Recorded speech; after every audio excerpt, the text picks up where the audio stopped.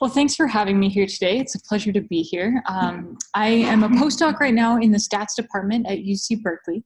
I work with Fernando Perez, and he's one of the founders of the Jupyter project. And so I'm plugged into that team there. Just as a quick question is how many folks in the room have used Jupyter? Used Jupyter notebooks. Okay, so about 60%. How many people have never heard of Jupyter? Okay, a couple. And so I'll be sure to introduce that when we get into things. So I want to tell you first just a bit about me. So my background is geophysics. I did my PhD working on geophysical inversions. So I've worked a lot with electromagnetic data, trying to image subsurface conductivity. There's some great research going on here at Stanford with respect to using airborne electromagnetics for imaging groundwater and trying to understand groundwater systems in California. So there's some connections there. Through that work, I've gotten involved in a lot of open source software development. So work on a project called SimPeg, which does simulation and parameter estimation for geophysics. And through that, we ended up developing a whole suite of educational resources. Some of these are open online textbooks, and some of them are interactive notebooks, which let you run code and play with different parameters for numerical simulations. And so through that, I got connected with the Jupyter community. And now I'm working at UC Berkeley on Jupyter and Earth science. And so that's kind of my background that I bring, and I'll share with you some of those elements today. So I want to start with just some perspective on where we are at in the geosciences. And I think this is probably true of many domains, but I will just speak about what I know about. And so when we're talking about what drives progress in the geosciences, it's really this combination and this circulation between theory and ideas, where we maybe have equations that describe some physical phenomenon. We have observations and data. We have simulations and computations. And the thing that we're running into in the geosciences is the interchange and the flow of ideas between each of these three areas used to be rather fluid. At this point, we're reaching scales where the data are now petabytes. So there's going to be a release of climate data called CMIP-6. It's the Climate Model Intercomparison Project. And when that is released, it's going to be over 60 petabytes of data. So that's not something that researchers can use your workflow that you're used to working with. Same thing with simulations and computations. I work with trying to solve 3D electromagnetic equations. And so if we're actually trying to do that over a large area, that's not something that you can run on your local machine. And now, so if you want to start combining these things, that becomes an extremely challenging problem. And so what are some of the ingredients that we need to be tackling this next set of challenges? So we have our questions that's driving our inquiry and what we're going after. We have some domain knowledge that gives us understanding of what the data are, what our physical phenomena are that we're working with. We have software, and we have infrastructure. And so more and more, we're having to go beyond just the laptop that we are working with onto the cloud or HPC centers. And the figure on the right here shows perhaps some of the knowledge and expertise that needs to go into solving a question like this. So we have the domain science, and as a geoscientist, I can wear my geoscience hat. But then we also need tools from data science. We need folks who are familiar with statistics and machine learning. We need software engineering practices. How do we test our code? How do we develop code that can be maintained when a graduate student graduates? As well as data engineering. And so data engineering is perhaps a new area that we need to be understanding in the sciences, is having people who actually can scale up infrastructure so that we can be working with large scale data. And so I think it becomes pretty clear that no one person can be on the cutting edge of all of these different domains all at once, but we do need these to be solving the next generation of questions. The other thing that I think is evolving as we look at sort of transitions in science is really what kind of research outputs are we actually generating? And so to ask that, I think it's reasonable to ask who are the consumers of the research products? So we have our peers. So scientific collaborators around the world and folks who are interested in your research, and they're going to pick that up probably through journals and conferences. But there's also students, there's decision makers and the public. And more it's becoming important that they are able to access and play with and try and understand some of the geoscience data, especially if we're talking about things like climate science. the decisions that are made impact society. And so research outputs need to be accessible to members of the public. And so in order to make that happen, it's not just journal publications that we're generating now. There are web apps. We saw some beautiful examples of that this morning. There's educational resources, things like textbooks, interactive simulations that help folks try and understand these scientific concepts. And so this is a bit of a complicated diagram, but I'll walk you through this. This is a concept map, perhaps, of how we might think about reproducibility and extensibility in science. And I'll explain what I mean by both of those. So let's start in the bottom. Do we have a laser pointer? If not, that's okay. So if we start in the bottom where it says start here, you're doing your research, you're using some software to generate some results. Java? That's okay, don't worry about it. And from that, you might produce some things like tutorials. You've written a notebook, you've written some code to start and explore and analyze your data. In some cases, you might also write case histories. So a case history, at least in the geosciences, what we're talking about is some sort of scientific story. So you start with a question, and we're going to walk through what sort of data are you working with, and at the end of the day, what is the decision that's made. So these are sort of an intermediate layer of products that are generated in the scientific process that aren't necessarily considered publication, but are what allow you to explore the science. Then to reach a wider audience, we publish our artifacts in presentations or in papers, and that's what reaches an audience. And so when we're talking about reproducibility, it's really how do we get from the base up to the top in a workflow where everything can be re-executed and picked up by anyone to be able to reuse that. On the right-hand side, I want to propose that we think about extensibility in science as well. And the question here then is how do we bring community members who have perhaps consumed or worked with your paper, your presentation, how do we actually bring them in so that they can be working with the data? Thanks. So that they can work with those data and extend your work with their own ideas. All right, thanks. So in this case, the trajectory is going the other way, as we are now trying to go from working with papers and presentations into something that allows folks to actually explore your ideas. And so this is where things like sharing code, sharing Jupyter notebooks allows people to explore and extend your ideas. And then finally bring them into a contributing group who are actually going as deep as software and code. And so I'll use this diagram throughout as we think through how do we actually first produce content that others can reproduce. But going beyond that, how do folks extend your work and explore new ideas based on what you've done? So let's start by going from the bottom up. Let's explore some tools and platforms for researchers. So at the base is some of the software tools that we use. And so here I've got an image of the scientific Python ecosystem, or some of the ecosystem. So at the base, we have an open source language. There's some core tools.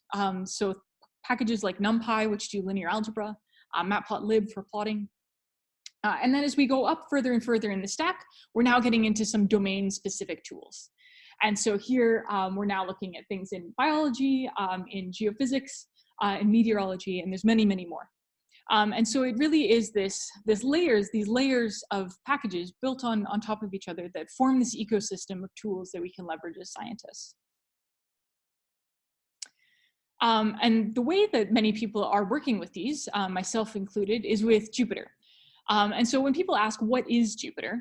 Here's a definition that I think as a community, we've started to converge towards. And so Jupyter is a community of people and an ecosystem of open tools and standards for interactive computing. And so there's a few important pieces in here. There is a community. This is a community-driven project. It is an open source project. We have partners in academia, in industry, and individual contributors. And this ecosystem of open tools, so there are this idea of layers of interoperable tools that work together, that are open, and they also define standards. And what's important by having standards is then that allows other people to build upon and extend with their own ideas, because we're building from a common set of standards. So if you actually open up a notebook, if you launch Jupyter Notebook, this is what it'll look like. So it opens up in your web browser. And it's a document that contains, you can write in text, you can write in equations, But you can also include code that you can execute. So it provides a live computational environment. So it is a living document. And then the outputs can include things like figures, or there's packages that let you put widgets and things like that on your code to make it more accessible. So what you're actually seeing when you're using a notebook is you're seeing this document, and that's in this web browser interface. But underlying that, there is some software environment that you've got. So maybe you're working in Python, or if you're working in R, and then you have a suite of tools and software packages on top of that. And so in order to make a notebook reproducible, you then need to capture not only the document itself, but also the environment. And more recently, the advancement within the Jupyter ecosystem has been the development of Jupyter Lab. So what we were finding is that once folks had deployed Jupyter, and perhaps we've deployed Jupyter on HPC centers or on the cloud, they're starting to need more than just a notebook. They need a terminal, they need Markdown. And so what Jupyter Lab allows us to do is it's an extensible interface that lets you plug in not only the notebook, but also launch a terminal and text editors and such in a very modular, composable fashion. And I'll point out that this has been an enormous effort by members both within academia, but also a strong industry partnership to make this all happen. And so just to show you a couple examples of some of the things that you can do in the Jupyter Lab ecosystem. So on the left here, you've got a notebook, and we can actually take the output and pop that into its own visual frame, and then perhaps see the PDF version that you might submit as a paper at the bottom. And so what this is starting to show is it's a very composable environment where you can really build your own dashboards for doing your work. And it is more than notebooks. So as I've showed you here, you can include Markdown files, and you can actually go in and try and run those codes. So you can attach a kernel to the code in the Markdown. And so you can actually test that the code that you've written executes and works. There's also plugins for different data representations. And so if you have a well-structured data format, so something like GeoJSON, which is on the right, that's a well-defined protocol. And so what you can do is then define a viewer that instead of representing it as a string, a big JSON dictionary, you can actually render that into something meaningful for the user and for yourself. It is extensible, and so you can go in and plug in some of your own ideas and workflows. And so this is an example from a group out of Columbia University in neuroscience. And so they have extended Jupyter Lab to plug in visualization for neuroscience. And so I'll show you a video here, see if this works. So this is all within the Jupyter Lab interface. And so you can see it is a completely custom viewer that they've got. But on the right, we've got a notebook, and then you can go in and interact with your data, look at different graphs, different representations of those data. So if you do have some custom visualizations that are standard in your community, you can then go ahead and plug those in to Jupyter. So moving on, when we're talking about scaling up, so Jupyter runs on your laptop, but we can also deploy Jupyter on the cloud or on HPC centers. And so Jupyter Hub is the project that allows us to do that. So you can host pre-configured software environments on shared infrastructure. So we're now allowing multiple users to access this. And so all that is doing is it's basically providing you a server that is running now on the cloud or on your HPC center that can handle multiple users logging in and create an environment for them. You see the same interface. And so what's nice is if you're moving from your workflow on your laptop, now you just need a bigger compute backend, you haven't completely changed your entire user interface in your workflow in that case. And so there are Jupyter Hubs running for the folks interested in HPC on NERSC, which is the supercomputer up at LBL, as well as Cheyenne, which is NCAR's supercomputer. So the way that Jupyter Hub works is if you have access to a machine in the cloud and you want to be able to enable these users to log in and start using Jupyter on it, we can deploy Jupyter Hub on the cloud, and that allows users to log in and they get a notebook environment popped in just like what they would be seeing on their laptop. What's nice is because we've deployed the Jupyter Hub, we can pre-populate it with whatever software packages they're expecting to be able to use. So from the user perspective, if you know what stack of software a geoscientist needs or a neuroscientist needs, you can pre-populate it with that so that users don't have to deal with the installation process. You can also serve a variety of different interfaces. So I've shown you the Jupyter Notebook, but if folks are more familiar working with RStudio, that is equally possible to deploy within a Jupyter Hub. And then we also provide mechanisms for authentication so that you know which users are logging in, you can control who has access and monitor what they're doing. There's a few different distributions that I'll point to. These are the two main ones.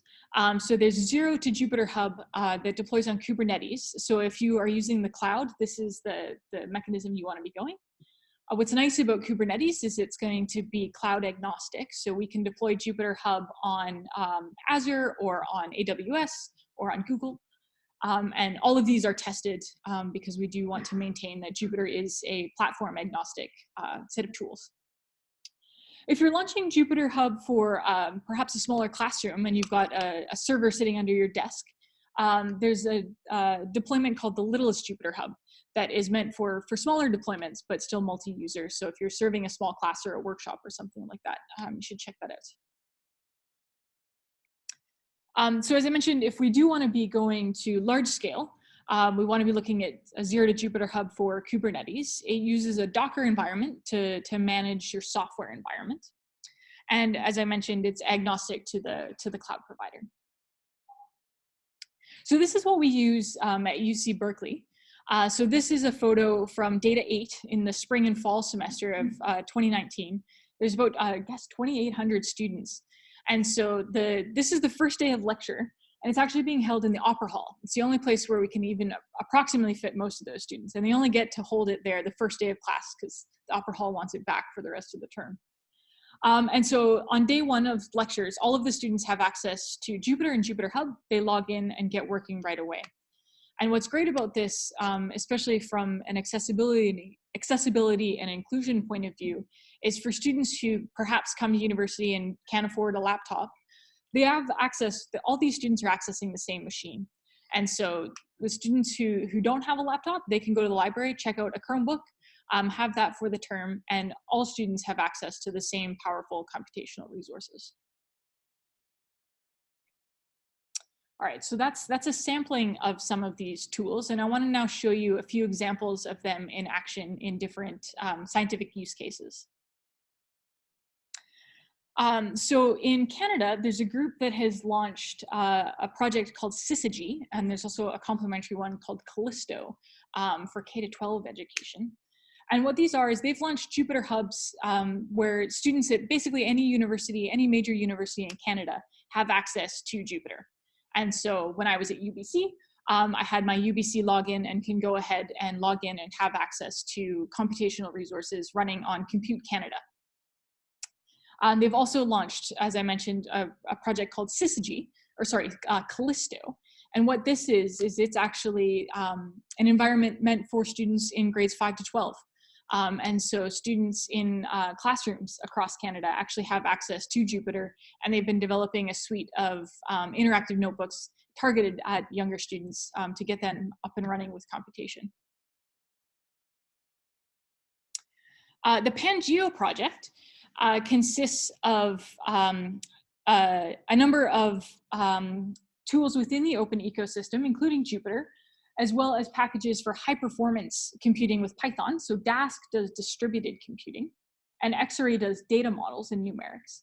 And so what they've done is they've deployed Jupyter Hubs that are instrumented with these high performance packages next to big data sets in the geosciences. So recently, NASA and NOAA and a number of other agencies have been putting their data on the cloud. And what's nice about that is then you can actually bring your compute to the data. So we don't have to be trying to move gigabytes of data around. So I want to show you an example here. I'm going to play a movie, and I want you to watch, if we watch the bottom panel here. So we zoomed in on a map, and now we see a whole bunch of bars moving. It looks like we've got a computation crunching, changing the time. And then what we'll see is all of a sudden, this image will get sharper. And so what's the big deal with that? We zoomed in on a map, the image gets sharper. You do that on your phone every day. Well, this data set is 100 gigs of Landsat 8 data, and that is a researcher zooming in on their research data and having that computation crunch in real time. And so these are the types of things that are starting to be possible when we combine this open ecosystem of tools. And I think what's really exciting about this is what we should be looking for as researchers. We want to be able to interactively explore data like this. And so bringing these tools and pairing them with interesting data sets across different scientific domains is a really powerful idea. And so I wanted to show you a slide just of what Pangeo looks like. So they've got data somewhere on the cloud. There's some data on AWS, some on Google, and some on Microsoft. And so in each of these cases, we then launch a Jupyter Hub that's instrumented with Dask and Xarray. And then users can just log in through their web browser and then have access to these computational resources. In partnership with the Pangeo project, we submitted a grant to the NSF to be continuing sort of the Pangeo model, where we use research use cases to drive technology development in the open ecosystem. So we're going to be looking at climate data analysis. That will be led by Joe. Hydrology is being led by Laura Larson, and I'm leading the geophysics component. And so we're using this ecosystem of tools to advance our own research, and through that, figuring out what are other tools and what are developments that we can be doing that will serve the entire community. So that's some of the tools that we're using to conduct our research. And now I want to talk through what happens when now we want to share that research. So I think we saw this quote already this morning, but I will read it again for those who weren't here. And so this is a quote by Buckhead and Donahoe, paraphrasing Claire Bout. So this is from the Wave Lab here at Stanford. It says, an article about computational science in a scientific publication is not the scholarship itself. It is merely advertising of the scholarship. The actual scholarship is the complete software development environment and the complete set of instructions which generated the figure.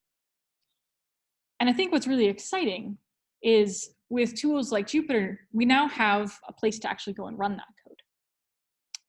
And so this is a lot of motivation behind what we call the Binder project. And so what Binder is it produces shareable, interactive, reproducible environments from your Git repository. So if you go to Binder, this is what it looks like. At the top here, you enter in your GitHub URL for where you've got your notebooks or your code stored. And as long as you've included a standard environment file in there, then we can go ahead and build that environment and serve users your code. So in Python, it would be an environment.yaml file or a requirements.txt. For people who are more familiar with R, it's an install.r.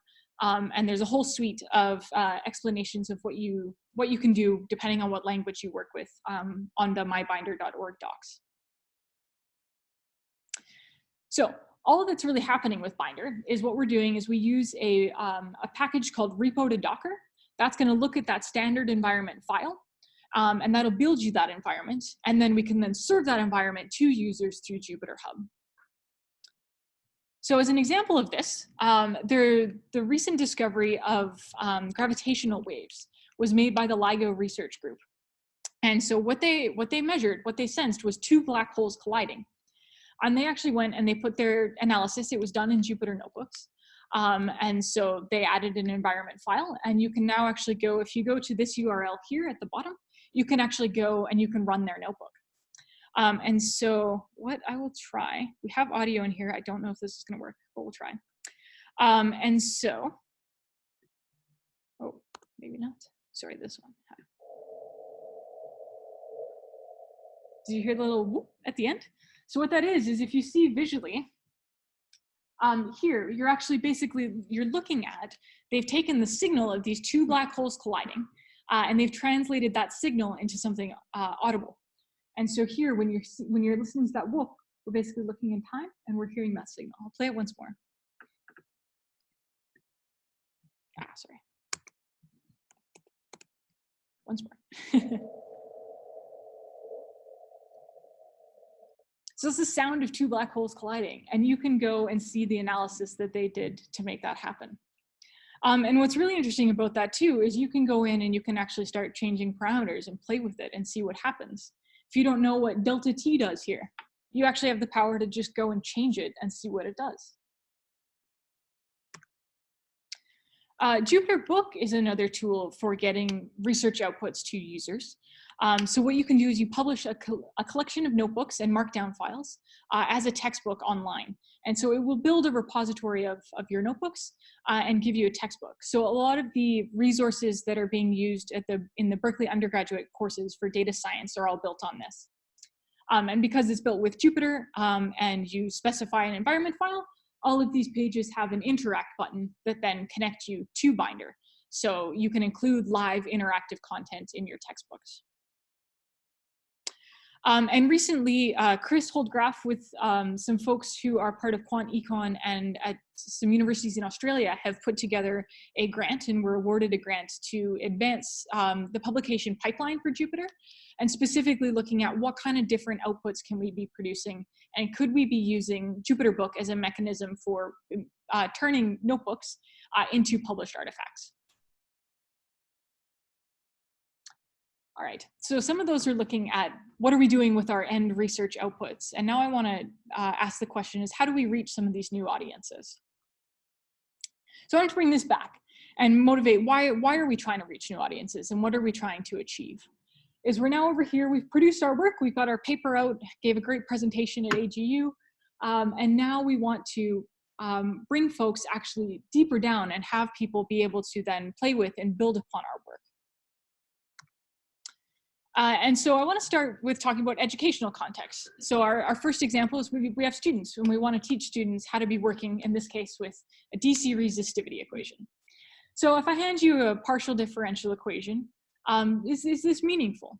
And in general, this is about the translation that happens, right? Is we're looking just at a set of symbols. What does this actually mean when we're talking about a geophysical experiment? And so this is where connecting Jupyter with tools like IPy widgets, which allow you to generate interactive sort of GUI controls for your code, becomes really powerful. Is because now I've translated this equation into something that you actually have control over the parameters. So we didn't first have to do a deep dive into calculus to be able to look at and say, okay, if I've got a cylinder buried in the earth and I inject current, where's the current going to go? You can start to ask these types of questions. What's really powerful about this too is it then becomes a tool for conversation. If students can ask a question and you can respond in real time. If we say, okay, what happens if we doubled the conductivity of that cylinder? If I made it really small, how does that change things? Can I still see it? That notebook is then actually a medium for that conversation, as you can respond to those questions and update parameters in real time.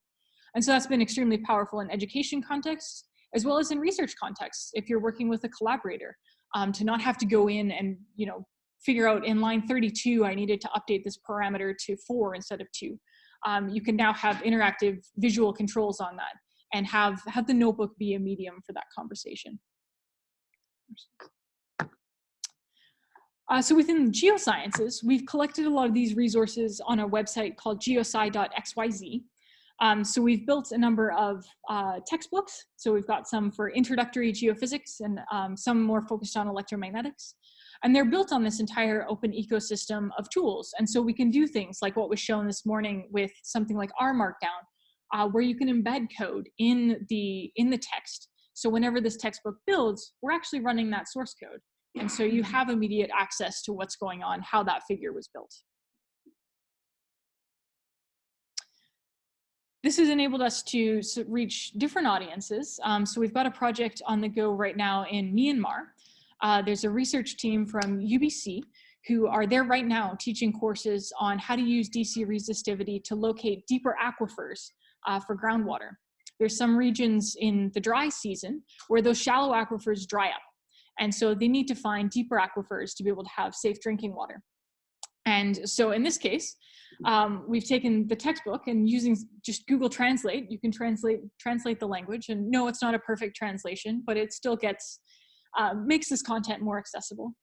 And we're leveraging all of the exact same notebooks to be able to have interactive conversations about what happens when I put 2 currents in the ground. What should my data look like if I have an aquifer versus not? And so these same tools that we've been using in undergraduate classrooms can serve rural communities.